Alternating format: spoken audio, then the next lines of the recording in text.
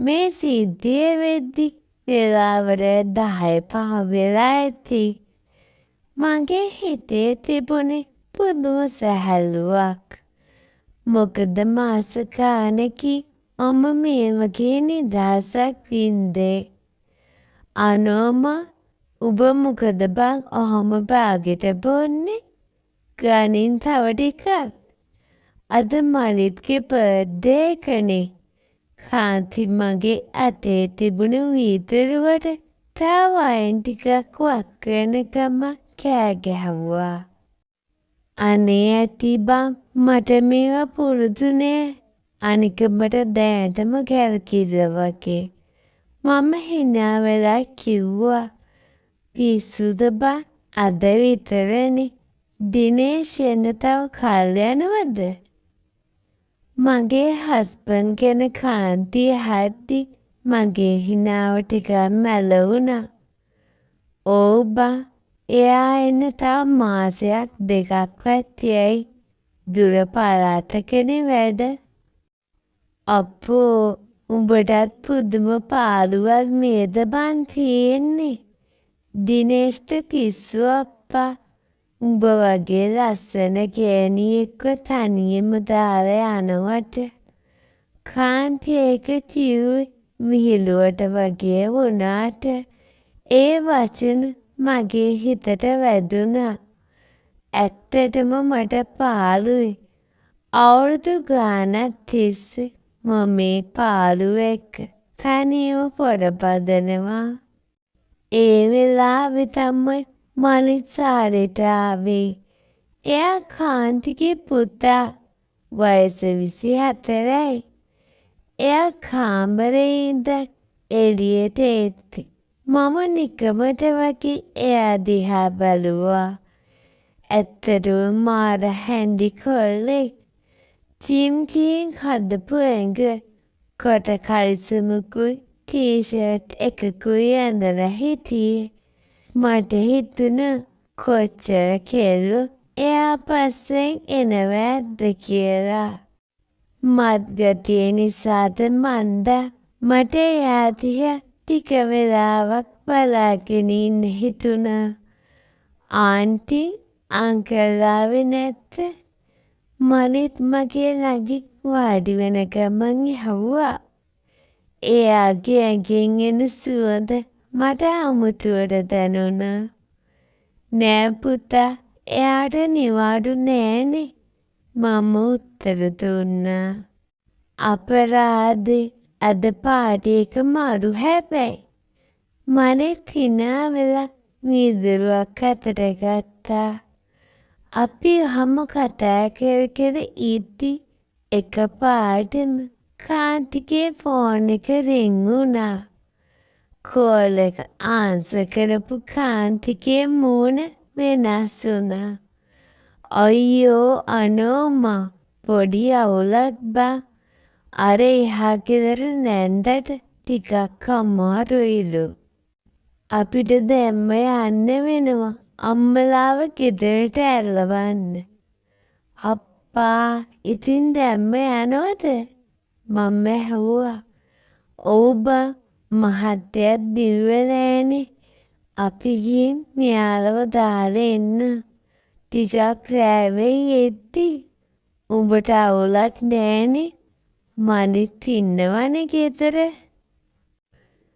අපෝ නෑ. උඹලා ගිහින් වරේ මම ඉන්න.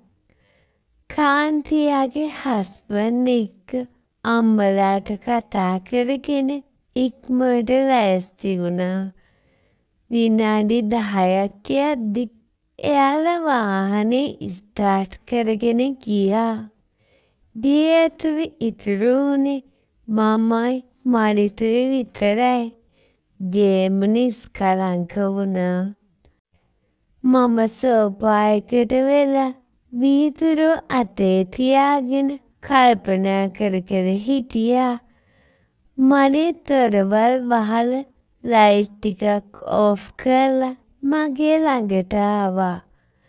ආන්ටි බය නෑනේ තනියම? මලිත් මගේ එහා පැත්තේ සෝෆා එකේ වාඩි වුණා. දැන් අපි දෙන්න අතර පරතරේ අඩියක්වත් නෑ. පිස්සුද පුතා? මම තනියම ඉන්න පුරුදු වෙලානේ ඉන්නේ. මම හිනා වෙලා කිව්වා. ඒත් මගේ හිත ඇතුලේ අමුතු ගැස්මක් තිබුණා.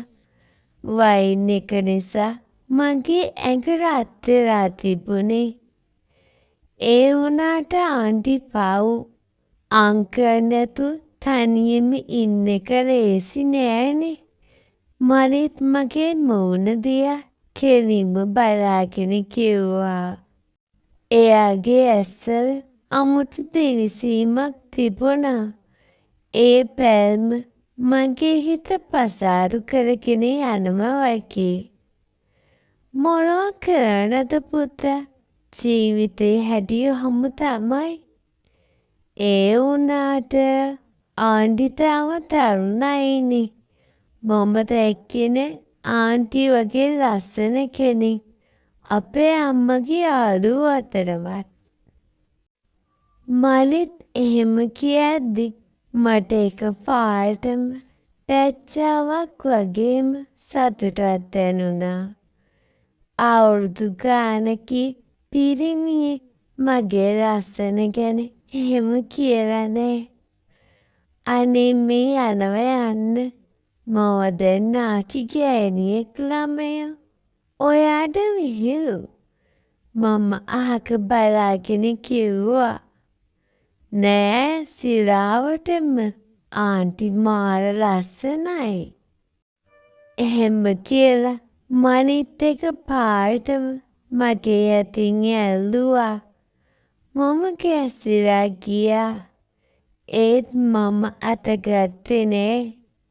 එයාගේ අතේ රස්නේ මගේ ඇඟ පුරාම දිව්වා. වයින් වල මත්ගතිය මේ වෙලාවේ තිබුණු පාළු ගතියයි එක්ක මගේ හිත පාලනය කරගන්න බැරි තැනකට මාව තල්ලු වුණා. පුතා මේ මොකද? මම හිංහඩින් ඇහුවා. මට ආසයි ආන්ටි.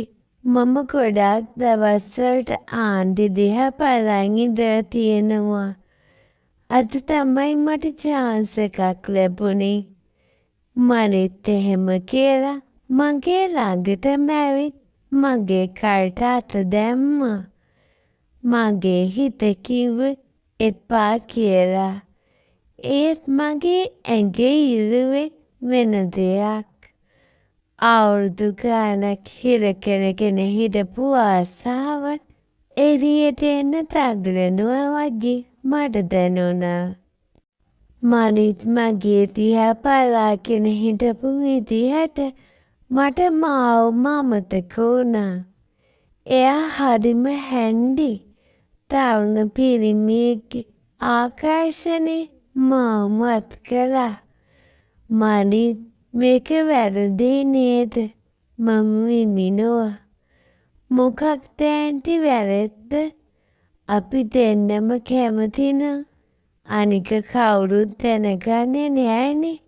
මයිත් මගේ කාන්ට කරලා රහසින් වගේ කිව්වා. එයාගේ හුස්ම මගේ බෙල්ලට වැදෙද්දි මගේ ඇඟ හිරිවැටිලා ගියා. ඊළඟ මොහොතේ මලිත් මාව එයාගේ පැත්තට හරව ගත්තා. මම කිසිම විරෝධයක් පෑවේ නෑ.